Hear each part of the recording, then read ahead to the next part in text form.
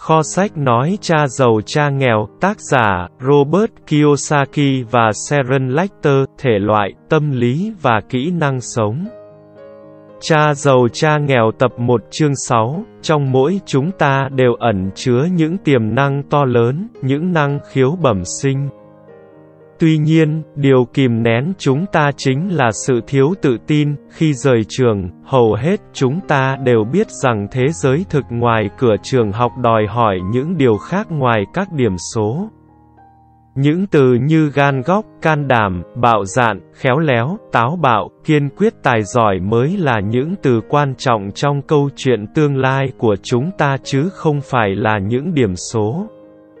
Những tính cách tốt đẹp đó đều có trong mỗi con người chúng ta, nhưng yếu đuối, bất tài và hèn kém cũng có nữa. Sau 1 năm làm phi công cho Manco ở Việt Nam, tôi thực sự hiểu được cả hai khía cạnh này trong con người mình. Không có tính cách nào nổi trội hơn tính cách nào cả. Tuy nhiên, là một giáo viên, tôi nhận ra rằng chính nỗi sợ hãi và tự nghi ngờ quá mức là sự tự gièm pha thiên tư của chính bản thân mình lớn nhất. Tôi cảm thấy thắt lòng khi nhìn những sinh viên biết câu trả lời nhưng lại không đủ can đảm để nói ra. Thông thường trong cuộc sống thực, không phải sự thông minh mà chính là sự táo bạo sẽ giúp bạn vượt lên. Theo kinh nghiệm cá nhân tôi, năng lực tài chính đòi hỏi cả kiến thức kỹ thuật lẫn sự can đảm. Nếu nỗi sợ quá lớn thì thiên tư sẽ bị át đi. Trong lớp học, tôi luôn thúc đẩy các sinh viên học cách mạo hiểm, để thiên tư của họ biến nỗi sợ thành quyền lực và tài hoa. Nỗi sợ sẽ làm việc cho một số người và làm khiếp sợ những người khác. Tôi thấy hầu hết mọi người khi nói đến tiền bạc đều muốn được an toàn. Tôi đã gặp phải những câu hỏi như: tại sao phải mạo hiểm? Tại sao tôi phải quan tâm đến IQ tài chính của mình? Tại sao phải hiểu biết về tài chính? Và tôi trả lời, chỉ để có nhiều lựa chọn hơn. 300 năm trước, đất đai là của cải.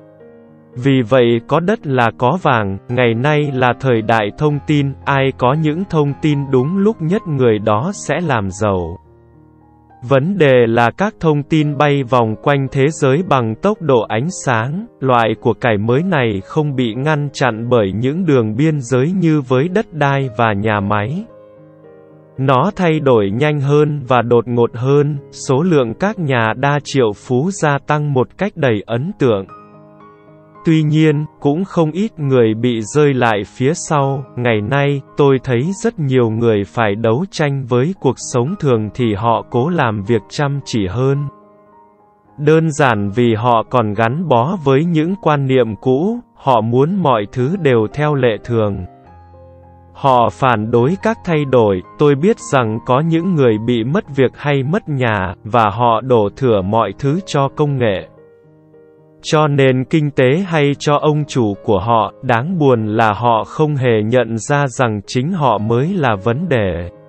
Những suy nghĩ lỗi thời chính là tiêu sản lớn nhất của họ, đơn giản vì họ không nhận thức được rằng cách suy nghĩ hay cách làm việc của họ chỉ là tài sản trong ngày hôm qua mà thôi.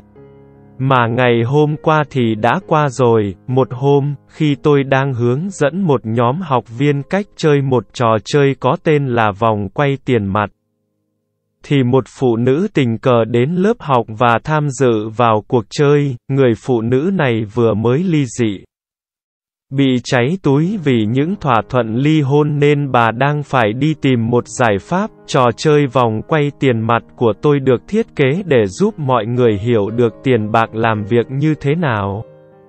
Khi chơi trò này, người ta học được sự tương tác giữa bản kê lợi tức và bản cân đối thu chi. Biết đường tiền mặt sẽ quay như thế nào giữa hai bản kê này, và con đường đi đến giàu có sẽ là cố gắng gia tăng vòng quay tiền mặt hàng tháng từ cột tài sản đến mức vượt qua số chi phí hàng tháng. Một khi đã đạt được điều này, bạn sẽ có thể thoát khỏi vòng rat race, cái vòng luẩn quẩn kiếm tiền, trả hóa đơn và mắc nợ của những người nghèo, để đến đường fast track, sự tự do tài chính của những người giàu đúng nghĩa.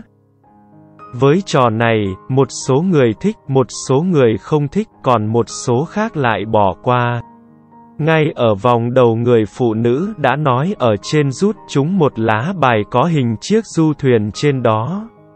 Ban đầu bà rất vui vẻ, tôi có một chiếc du thuyền. Sau đó, khi người bạn giải thích về những con số đang làm việc trên bảng kê lợi tức, bản cân đối thu chi và vòng quay tiền mặt hàng tháng của bà thì bà giật mình thấy rằng chiếc du thuyền đang nuốt sống mình với bà. Đó quả là một trò chơi kinh khủng. Trong năm 1984, tôi bắt đầu dạy học qua các trò chơi. Tôi luôn khuyến khích những sinh viên trưởng thành chú ý xem trò chơi phản ánh lại những gì họ biết và những gì họ cần học. Điều quan trọng nhất là trò chơi phản ánh cách cư xử của mỗi người, nó là một hệ thống phản hồi lập tức. Thay vì các giáo viên diễn thuyết thì trò chơi cung cấp bài diễn thuyết cho từng cá nhân và được viết riêng cho bạn. Cũng như một trò chơi, thế giới luôn cung cấp cho chúng ta những phản hồi lập tức. Ta có thể học được rất nhiều nếu biết tự điều chỉnh. Một ngày trước đây không lâu, tôi phàn nàn với vợ tôi rằng, hẳn chất tẩy quần áo đã làm cho cái quần của tôi bị rút lại. Vợ tôi cười và lấy tay nhấn vào bụng tôi cho tôi thấy rằng không phải cái quần bị rút lại mà chính tôi đã phình ra. Trò chơi vòng quay tiền mặt được thiết kế để cung cấp phản hồi cho từng người chơi. Mục đích của nó là đặt ra cho bạn các lựa chọn. Nếu bạn rút phải lá bài hình chiếc du thuyền và nó làm bạn mang nợ, câu hỏi sẽ là bây giờ bạn có thể làm gì, lúc này bạn sẽ có bao nhiêu lựa chọn khác nhau. Đó chính là mục đích của trò chơi. Dạy cho người chơi cách suy nghĩ và tìm ra nhiều lựa chọn tài chính khác nhau. Tôi đã quan sát hơn hàng ngàn người chơi trò chơi này. Những người thoát khỏi vòng rat race nhanh nhất là những người hiểu được các con số và có một đầu óc tài chính sáng tạo.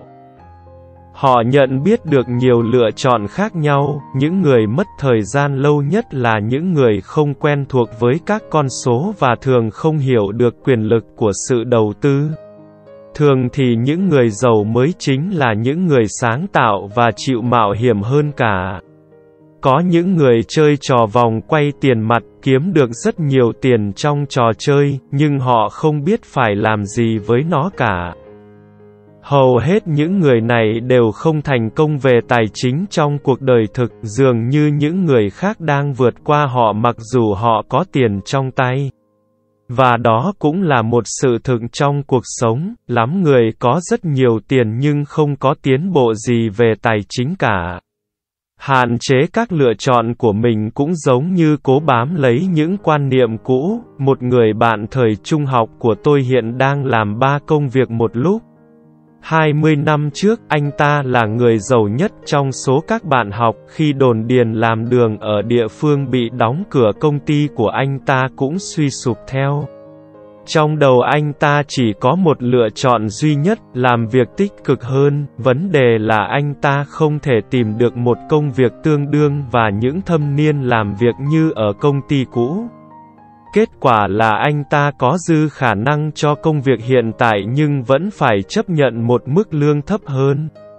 Hiện nay anh phải làm một lúc 3 việc thì mới đủ sống. Tôi đã thấy nhiều người chơi trò vòng quay tiền mặt than phiền rằng những lá bài cơ hội thích hợp không bao giờ đến tay họ cả, vì vậy mà họ chỉ ngồi yên đó. Tôi biết trong cuộc sống thực có những người như thế, họ ngồi chờ một cơ hội thích hợp. Tôi đã thấy nhiều người có được lá bài cơ hội thích hợp nhưng lại không có tiền, sau đó họ ca cẩm rằng đáng lý ra họ đã thoát khỏi vòng rat race nếu họ có đủ tiền. Và họ cũng ngồi yên đó. Tôi biết trong cuộc sống cũng có những người như thế, họ thấy được các cơ hội nhưng họ không có tiền. Và tôi thấy nhiều người rút được lá bài cơ hội lớn, đọc to lên nhưng không hề biết nó là một cơ hội lớn. Họ có tiền, có thời gian chín muồi, họ nắm quân bài trong tay nhưng họ không thấy cơ hội đang mỉm cười với họ.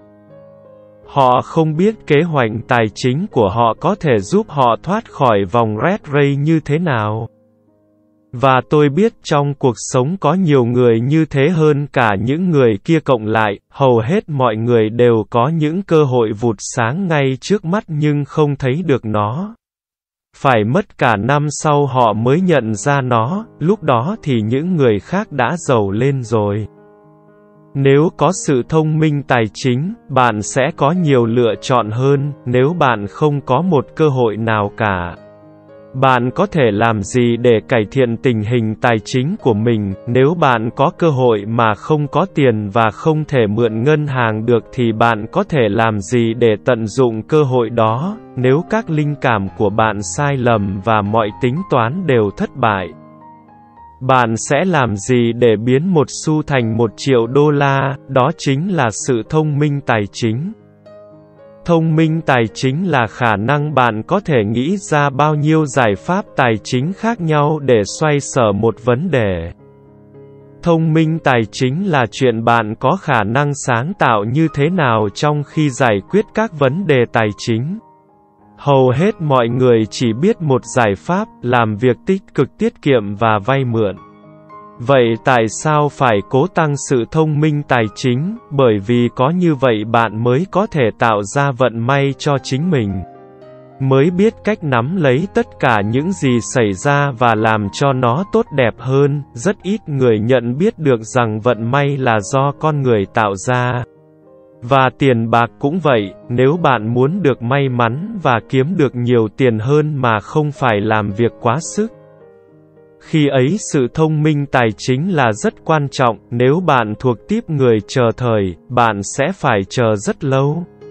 Cũng giống như ngồi chờ cho đến khi đèn xanh bật hết suốt 5 dặm thì mới chịu bắt đầu chuyến đi vậy. Khi Mai và tôi còn nhỏ, người cha giàu thường bảo chúng tôi rằng, tiền không có thực, người nghèo và người trung lưu làm việc kiếm tiền.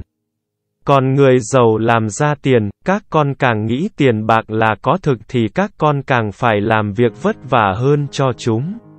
Nếu các con hiểu được rằng tiền bạc không có thực, các con sẽ làm giàu nhanh hơn. Vậy tiền bạc sẽ là gì nếu chúng không có thực? Mai và tôi cùng hỏi. Các con nghĩ chúng là gì thì chúng sẽ là cái đó. Người cha giàu trả lời, tài sản quyền lực nhất mà tất cả chúng ta đều có chính là bộ óc. Nếu được huấn luyện tốt, nó có thể tạo ra những của cải khổng lồ trong chốc lát. Trong thời đại thông tin, tiền bạc gia tăng theo cấp số nhân, một số người có thể lành giàu đến mức khó tin từ 2 bàn tay trắng. Chỉ với những ý tưởng và các thỏa thuận, nếu bạn hỏi những người sống bằng cách buôn bán chứng khoán hay các dạng đầu tư khác, bạn sẽ thấy rõ điều đó. Thường thì những người này kiếm được hàng triệu đồng trong chốc lát không nhờ một cái gì cả. Khi nói rằng không nhờ gì cả, tôi muốn nói là không hề có sự trao đổi tiền bạc, điều đó được thực hiện qua các thỏa thuận. Một tín hiệu tay tại nơi kinh doanh, một đốm sáng trên màn hình của một nhà buôn ở Lisbon truyền tới màn hình của một người ở Toronto. Một cú điện thoại cho người môi giới để mua và bán chúng ngay sau đó, tiền không đổi chủ. Chỉ có những thỏa thuận thay đổi mà thôi. Tóm lại, trí thông minh tài chính được tạo ra nhờ 4 kỹ năng chuyên môn sau. 1. Sự hiểu biết tài chính, khả năng đọc hiểu được các con số. 2. Những chiến lược đầu tư. Ngành khoa học tiền kiếm tiền. 3. Thị trường, cung và cầu. Alexander Graham Bell đã cung cấp cho thị trường những cái mà nó đòi hỏi. Bill Gates cũng vậy. 4. Luật pháp, sự hiểu biết về những điều lệ, phép tắc về kế toán. Liên đoàn, chính quyền và quốc gia, tôi khuyên bạn hãy luôn chơi cho đúng luật. Chính sự kết hợp của 4 kỹ năng trên là điều kiện cần để thành công trên đường mưu cầu sự giàu có. Dù bằng cách mua bán những ngôi nhà nhỏ, những căn hộ lớn, công ty, cổ phiếu, ngân phiếu, quỹ chung, kim loại quý, chương trình bóng chày hay bất cứ cái gì tương tự vậy, ở đây tôi muốn nói rằng vốn đầu tư sẽ đến rồi đi. Thị trường lên rồi xuống, kinh tế phát triển rồi suy sụp, mỗi ngày trong đời, thế giới luôn luôn trao cho bạn những cơ hội trong cuộc sống. Nhưng thường thì ta không nhìn ra chúng, nhưng chúng vẫn ở đó, và thế giới càng thay đổi, công nghệ càng thay đổi thì sẽ càng có nhiều cơ hội cho phép bạn và gia đình bảo đảm tài chính cho những thế hệ sau này. Như vậy tại sao phải nghĩ đến chuyện phát triển trí thông minh tài chính của bạn? Xin nhắc lại rằng, chỉ có bạn mới có thể trả lời được câu hỏi đó. Tôi biết vì sao tôi phải tiếp tục học và phát triển. Bởi vì thế giới đang thay đổi, tôi thích đón chào những thay đổi này hơn là cứ phải bám lấy quá khứ. Tôi biết sẽ có những vụ bùng nổ trên thương trường và những vụ sụp đổ thị trường. Tôi muốn tiếp tục phát triển trí thông minh tài chính của mình vì một khi thị trường thay đổi thì sẽ có một số người phải quỵ lụy công việc của mình. Trong khi đó, những người khác sẽ nhận quả đắng nà đời đem cho họ. Thỉnh thoảng tất cả chúng ta đều ăn phải quả đắng đó và biến chúng thành hàng triệu đô la. Đó chính là sự thông minh tài chính. Riêng cá nhân mình, tôi sử dụng hai phương tiện để đạt được sự lớn mạnh về tài chính: bất động sản và những cổ phiếu nhỏ. Tôi dùng bất động sản làm nền tảng. Mỗi ngày trôi qua, tài sản của tôi cung cấp vòng quay tiền mặt và đôi lúc chúng bứt nhanh nâng cao giá trị. Những cổ phiếu nhỏ thì được dùng để phát triển nhanh. Tôi không khuyến khích bạn làm mọi thứ như tôi đã làm, ví dụ thì chỉ là ví dụ. Nếu như cơ hội quá phức tạp và tôi không hiểu biết về sự đầu tư thì tôi sẽ không thực hiện chúng. Những bài toán đơn giản và một giác quan nhanh nhạy là tất cả những gì cần thiết để phát triển tài chính. Năm 1989, tôi thường chạy bộ qua một vùng ngoại ô khá dễ thương ở Portland, Oregon. Ở đây có những ngôi nhà nhỏ nhắn và xinh xắn đến mức tôi gần như nghĩ mình sẽ gặp được cô bé quàng khăn đỏ đang nhảy chân sáo đến nhà bà ngoại. Trên đường chạy, tôi nhìn thấy những tấm bảng nhà bán ở khắp nơi. Lúc ấy thị trường gỗ đang rất khủng khiếp. Thị trường chứng khoán vừa suy sụp và kinh tế bị đình trệ. Trên một con đường, tôi nhìn thấy một tấm bảng nhà bán có vẻ như đã treo lâu lắm rồi. Nó rất cũ kỹ. Khi chạy ngang qua, tôi ghé vào gặp ông chủ nhà, trông ông ta đầy vẻ ưu tư. Tôi hỏi, ông bán ngôi nhà giá bao nhiêu? Ông chủ mỉm cười yếu ớt, ông cứ ra giá đi. Tôi treo bảng bán nhà cả năm nay rồi, thậm chí không ai thèm ngó đến nó nữa. Tôi nói, để tôi xem nào. Và nửa tiếng sau, tôi mua ngôi nhà rẻ hơn 20.000 đô la Mỹ so với giá ban đầu ông ta đề nghị. Đó là một ngôi nhà nhỏ xinh xắn có 2 phòng ngủ và những đồ trang trí nhiều màu sắc trên các cửa sổ. Nó sơn màu xanh nhạt với những đường viền xám, được xây vào năm 1930, bên trong là một lò sưởi đá còn tốt và 2 phòng ngủ bé xíu. Nó sẽ là một ngôi nhà cho thuê hoàn hảo. Tôi trả cho người chủ 5.000 đô la Mỹ tiền mặt đặt trước cho ngôi nhà giá 45.000 đô la Mỹ.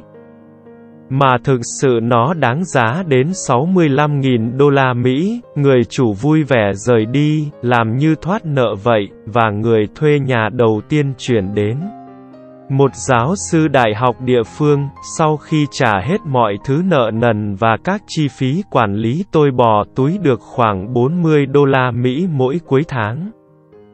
Cũng khá thú vị đấy chứ. Một năm sau, thị trường bất động sản đình trệ ở Oregon bắt đầu hồi phục. Những nhà đầu tư California lắm tiền từ thị trường bất động sản vẫn đang phát triển của họ chuyển dần sang miền Bắc đến vùng Oregon và Washington. Tôi bán ngôi nhà nhỏ này cho một cặp vợ chồng trẻ ở California với giá 95.000 đô la Mỹ. Số vốn của tôi đã đem đến gần 40.000 đô la Mỹ tiền lời nhờ luật thanh toán thuế trễ hạn 1031. Và tôi tiếp tục tìm chỗ đầu tư số tiền này. Điểm chính trong ví dụ này là một số tiền nhỏ có thể phát triển thành một số tiền lớn như thế nào. Một lần nữa, đó là vấn đề hiểu biết các bản kê tài chính, chiến lược đầu tư nhạy bén thị trường và luật pháp. Nếu người ta không thành thạo những chủ đề này thì hiển nhiên là họ sẽ tuân theo những giáo lý chuẩn mực. Hướng mọi người làm sao cho an toàn, những thỏa thuận nóng sốt nhất thường không đến với những người mới học việc. Thường thì những vụ buôn bán tốt nhất làm cho người giàu ngày càng giàu hơn đều dành riêng cho những người am hiểu trò chơi này. Tôi càng trở nên sành sỏi thì tôi sẽ càng có nhiều cơ hội trên đường đời của mình. Và trí thông minh tài chính của bạn càng cao thì nó sẽ càng dễ dàng mách bảo bạn là một thỏa thuận như vậy có tốt hay không. Chính sự hiểu biết của bạn sẽ chỉ ra những vụ giao dịch tệ hại hoặc làm cho một vụ buôn bán tồi tệ trở nên tốt đẹp hơn. Tôi càng học được nhiều và có rất nhiều thứ để học tôi sẽ càng làm ra nhiều tiền. Đơn giản vì khi năm tháng trôi qua thì tôi sẽ tích lũy được nhiều kinh nghiệm cũng như sự khôn ngoan. Tôi có những người bạn luôn muốn được an toàn, làm việc rất tích cực về chuyên môn, nhưng lại thất bại trong việc tìm kiếm sự khôn ngoan về tài chính. Một điều cần phải có thời gian mới phát triển được. Nhìn chung, triết lý sống của tôi là hãy gieo hạt lên cột tài sản của mình. Tôi bắt đầu gieo trồng bằng những hạt giống nhỏ, một số hạt lớn lên còn một số hạt thì không. Nhưng tôi chẳng vì thế mà chùn bước. Trong liên minh bất động sản, chúng tôi có một số tài sản trị giá vài triệu đô la. Đó là AEIT của chúng tôi, còn gọi là bất động sản đầu tư ủy thác Real Estate Investment Trust.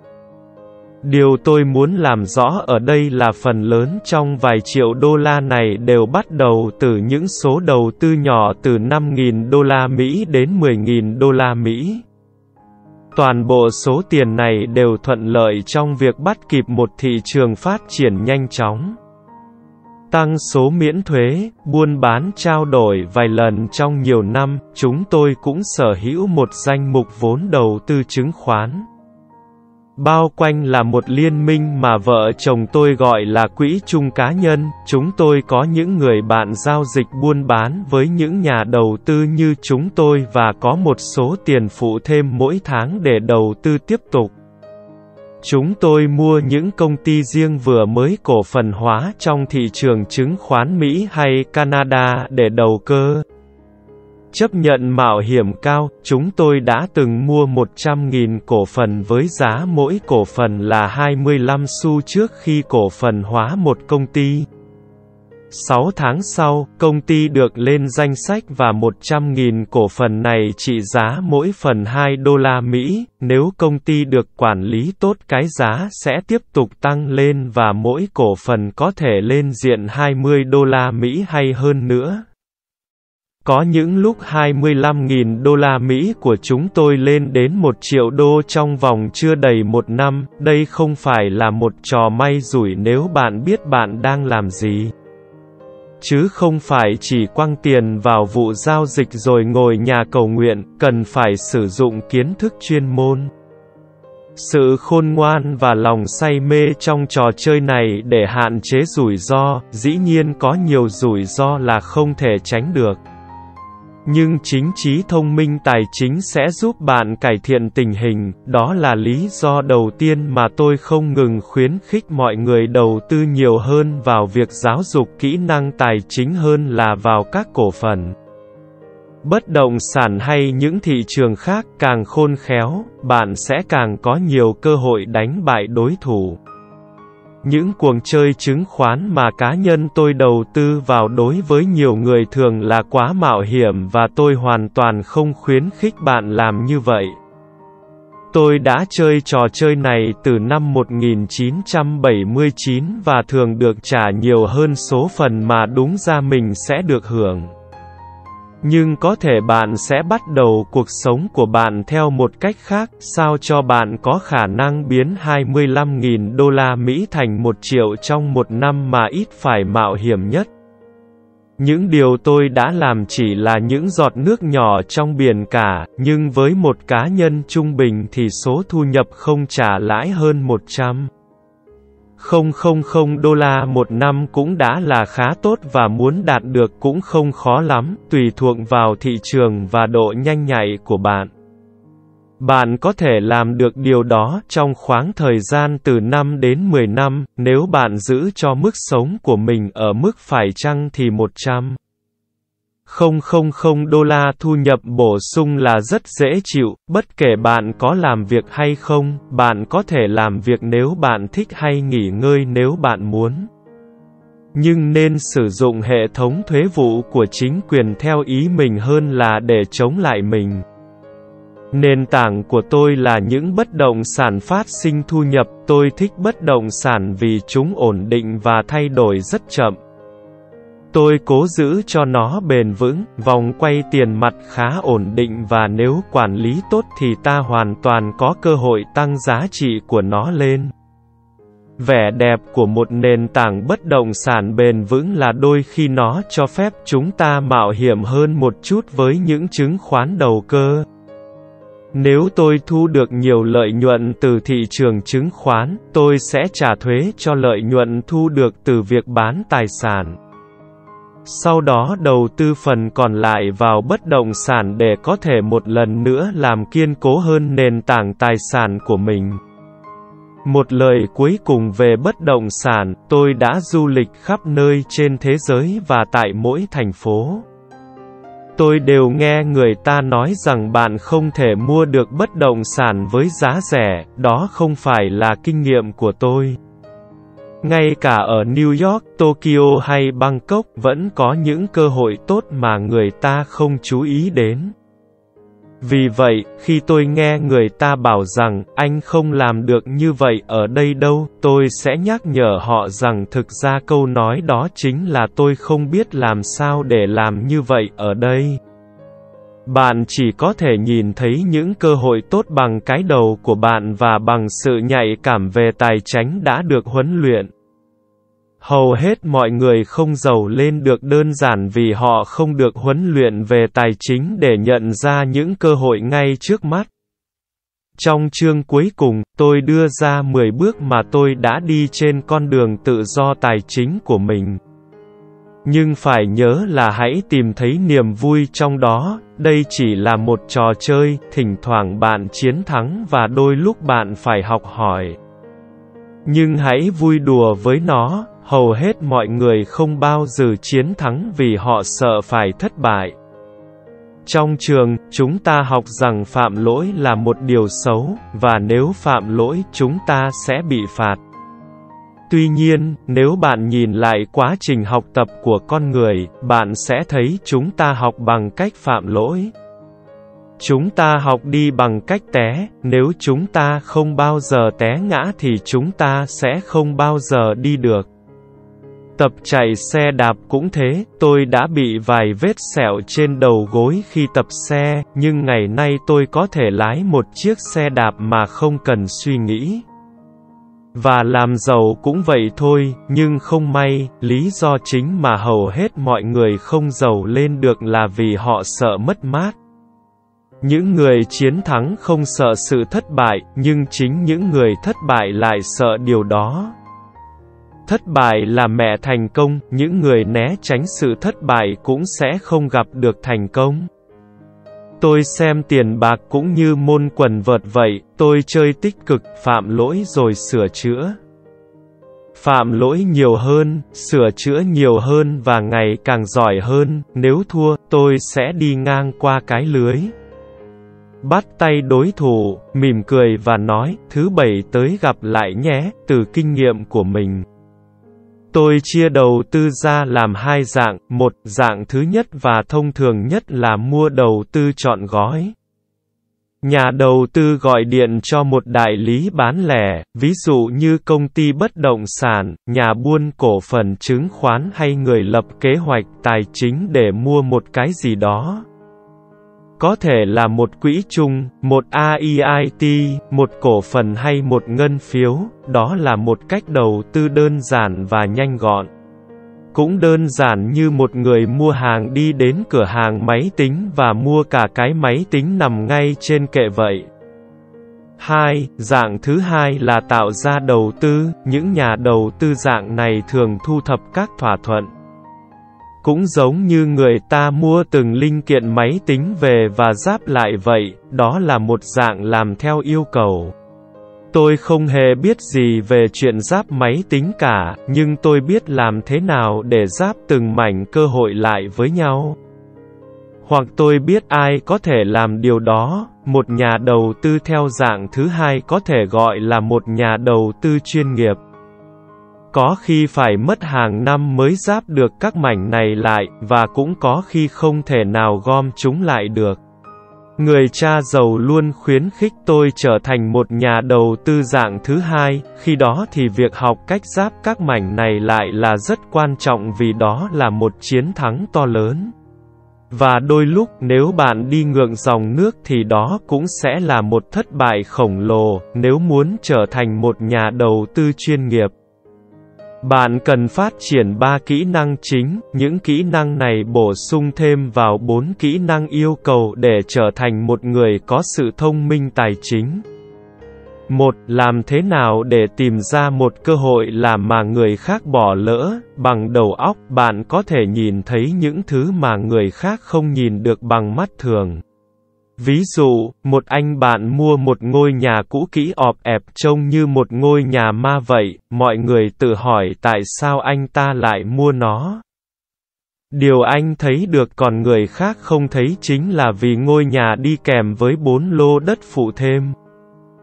Sau khi mua ngôi nhà, anh phá sập nó và bán 5 lô đất cho một nhà xây dựng gấp 3 lần cái giá mà anh đã mua trọn gói. Anh kiếm được 75.000 đô la Mỹ chỉ trong 2 tháng làm việc. Số tiền này không phải là nhiều nhưng chắc chắn là vượt xa một số lương ít ỏi. Và điều này hoàn toàn không khó khăn gì về mặt kỹ thuật. 2. Làm cách nào được tăng tiền? Những người bình thường chỉ biết một cách duy nhất là đi đến ngân hàng, còn những nhà đầu tư chuyên nghiệp biết nhiều cách tăng vốn mà không cần phải đến ngân hàng. Để bắt đầu, tôi học cách mua nhà mà không cần ngân hàng, những ngôi nhà không tốn quá nhiều tiền. Nhưng kỹ năng tăng tiền mà tôi học được thì quả là vô giá. Tôi rất thường nghe mọi người nói: ngân hàng không cho tôi mượn tiền, hay tôi không đủ tiền mua. Nếu bạn muốn làm một nhà đầu tư chuyên nghiệp, bạn cần phải học cách làm những điều mà hầu hết mọi người không làm được. Nói cách khác, phần lớn vì thiếu tiền nên không làm ăn được. Nếu có thể tránh được chướng ngại này, bạn sẽ có được hàng triệu đô la. Nhiều lần tôi mua một căn hộ, một lốc cổ phần hay cả một tòa nhà mà không cần đến một xu trong ngân hàng. Có lần tôi mua một tòa nhà giá 1.200.000 đô la. Tôi làm theo kiểu mà người ta gọi là giữ tiền lại, với một hợp đồng viết tay giữa người mua và người bán. Tôi gọi đặt cọc 100.000 đô la Mỹ, nó cho phép tôi có 90 ngày để tăng phần còn lại của số tiền. Tại sao tôi làm thế? Đơn giản vì tôi biết rằng ngôi nhà trị giá đến 2 triệu đô la, tôi không tăng tiền lên. Thay vào đó, người đã nhờ đặt trước 100.000 đô la Mỹ sẽ cho tôi 50.000 đô la Mỹ vì đã tìm được vụ giao dịch. Anh ta thế chỗ tôi còn tôi ra đi. Tổng thời gian làm việc 3 ngày. Một lần nữa, điều chính yếu là cái bạn muốn chứ không phải cái bạn mua. Đầu tư không phải là mua bán, đó là sự hiểu biết. 3. Làm sao tổ chức được những người thông minh? Người thông minh là người thuê mướn hay làm việc chung với những người thông minh hơn anh ta. Khi bạn cần lời khuyên thì hãy chắc chắn rằng bạn đã chọn cố vấn cho mình một cách khôn ngoan. Có quá nhiều điều phải học, nhưng phần thưởng thì vô cùng to lớn. Nếu bạn không muốn học những kỹ năng này thì hãy là một nhà đầu tư dạng thứ nhất. Chính những điều bạn biết là tài sản lớn nhất, chính những điều bạn không biết là rủi ro lớn nhất. Luôn luôn có những rủi ro, vì vậy hãy học cách xoay sở những rủi ro này thay vì né tránh chúng. Thế là hết tập 1 chương 6 rồi, nhớ nhấn đăng ký kênh để xem tiếp tập 1 chương 7 nhé. Xin chào và hẹn gặp lại bạn ở video sau nha.